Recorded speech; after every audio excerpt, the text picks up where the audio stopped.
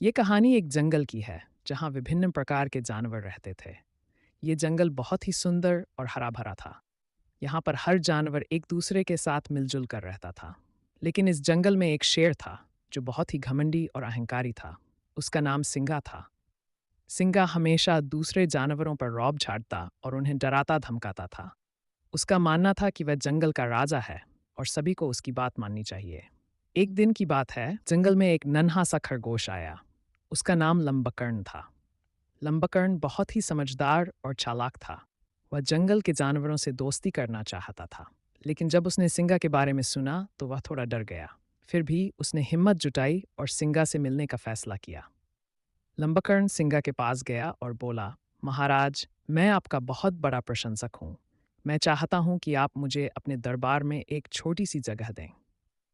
सिंगा ने लंबकर्ण को देखा और हंसते हुए कहा, तुम जैसे छोटे से जानवर को मेरे दरबार में क्या काम? तुम तो मेरे एक निवाले के बराबर भी नहीं हो। लंबकर्ण ने विनम्रता से जवाब दिया, महाराज, आप सही कह रहे हैं। मैं छोटा जरूर हूँ, लेकिन मैं आपकी सेवा करना चाहता हूँ। मैं आपके लिए कुछ भी कर सकता हूँ। सिंगा को लंबकर्ण की बात सुनकर थोड़ा अच्छा लगा। उसने कहा, ठीक है, तुम मेरे दरबार में रह सकते हो, लेकिन याद रखना, तुम्हें हमेशा मेरी बात माननी होगी। लंबकर्ण ने सिर हिलाया और सिंगा के दरबार में रहने लगा। वह हमेशा सिंगा की सेवा में लगा रहता और उसकी हर बात मानता। धीरे धीरे सिंगा को लंबकर्ण पर भरोसा हो गया। एक दिन जंगल में एक बड़ी समस्या आई। जंगल के बीचों बीच एक बड़ा सा तालाब था, जिससे सभी जानवर पानी पीते थे। लेकिन अचानक उस तालाब का पानी सूखने लगा। सभी जानवर चिंतित हो गए। उन्हें समझ में नहीं आ रहा था कि अब वे पानी कहाँ से लाएंगे। सिंघा ने अपने दरबार में सभी जानवरों को बुलाया और कहा, इस समस्या का हल निकालना हमारी जिम्मेदारी है। क्या कोई है जो इस समस्या को सुलझा सके? सभी जानवर चुप रहे। कोई भी इस समस्या का हल नहीं सूझा रहा था। तभी लंबकर्ण आगे बढ़ा और बोला, महाराज, मैं इस समस्या का हल निकाल सकता हूँ। सिंघा ने आश्चर्य से पूछा, तुम तुम जैसे छोटे से जानवर से ये कैसे संभव होगा?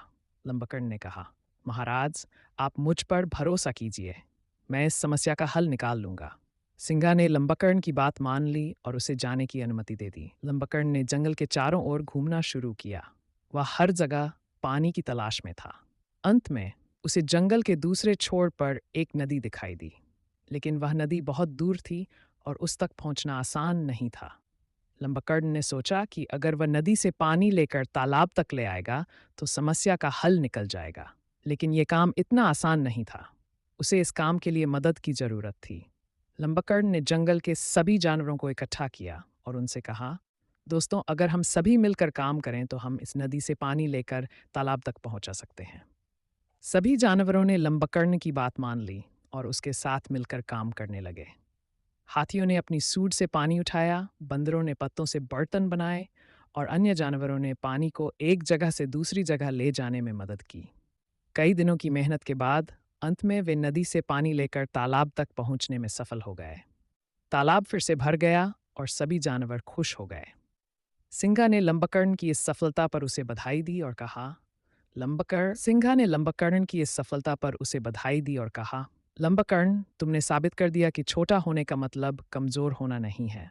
तुमने सभी को दिखा दिया कि अगर मिलकर काम किया जाए तो किसी भी समस्या का हल निकाला जा सकता है। लंबकर्ण ने मुस्कुराते हुए कहा, महाराज, यह सफलता सिर्फ मेरी नहीं है। यह सभी जानवरों की मेहनत और एकता का नतीजा है। सिंघा ने लंबकर्ण की बात सुनकर अपने अहंकार को त्याग दिया और उसे समझ आया कि असली ताकत एकता में होती है। उसने सभी जानवरों से माफी और वादा किया कि वह कभी किसी पर अत्याचार नहीं करेगा। उस दिन के बाद से जंगल में सभी जानवर मिलजुल कर रहने लगे और सिंघा ने उन्हें एक अच्छा राजा बनकर न्यायपूर्व का शासन करना शुरू किया।